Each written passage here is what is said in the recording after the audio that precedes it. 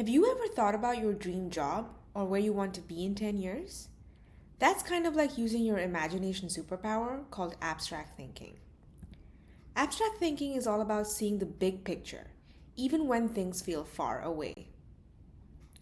Abstract thinking is a type of construal level thinking. As one example of construal level thinking, imagine that you're planning a trip.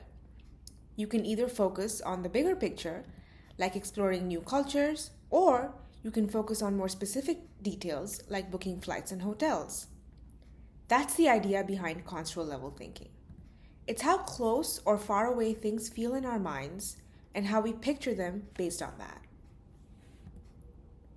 As a second example, imagine analyzing a business decision. You can either consider the company's long-term vision, like where you see the company in 10 years, or you can delve into specific and tiny details, like the company's second quarter profit margins. This is the essence of construal level thinking. Based on the previous example, you can guess that construal level thinking exists on a spectrum. At one end of the spectrum is abstract thinking, where we zoom out and focus on broad, distant, and global aspects of a situation, like long-term goals, core values, and overall impact. At the other end of the spectrum is concrete thinking, where we zoom in and focus on specific details, immediate results, and practicalities. Abstract thinking can be super useful for decision making and problem solving.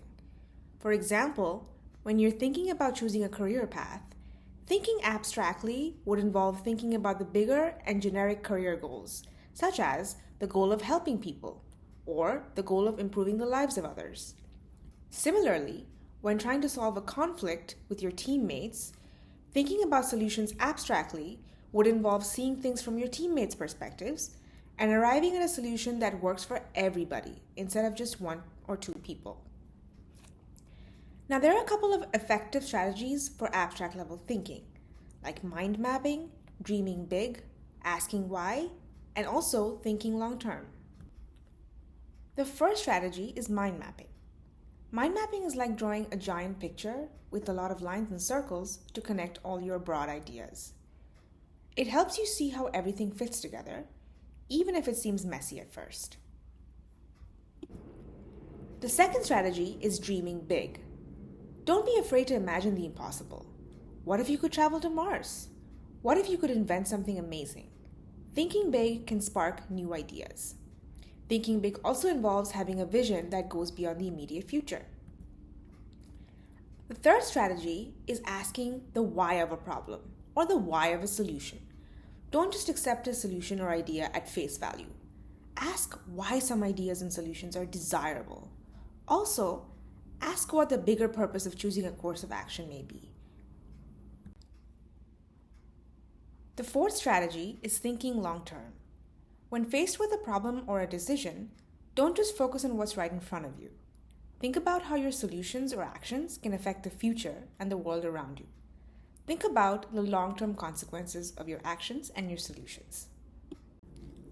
All right, now let's apply these strategies to some real-world scenarios.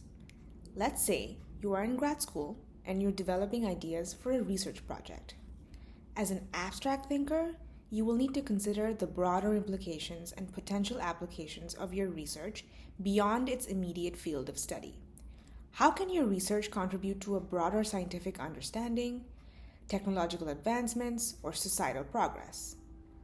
Instead of just answering a specific question, envision how your research can spark further inquiry, open up new avenues for exploration, and contribute to the global conversation within your chosen field. As another example, let's say you are a manager at a company and you need to resolve a workplace conflict. As an abstract thinker, your solutions should explore the underlying motivations that contribute to the conflict. What's really driving the conflict?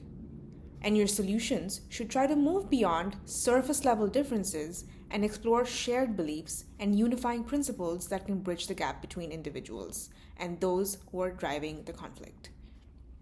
Think about how a shared sense of purpose, organizational culture, the team culture, team values, or long-term company goals can be leveraged for resolution. Okay, now that you've learned about a couple of strategies related to abstract thinking and applied it to some real world problems, you need to remember that abstract thinking is a muscle you can train. The more you use it, the stronger it gets. So, next time you're faced with a challenge or a problem, try zooming out and seeing the bigger picture. You might be surprised at the solutions you find.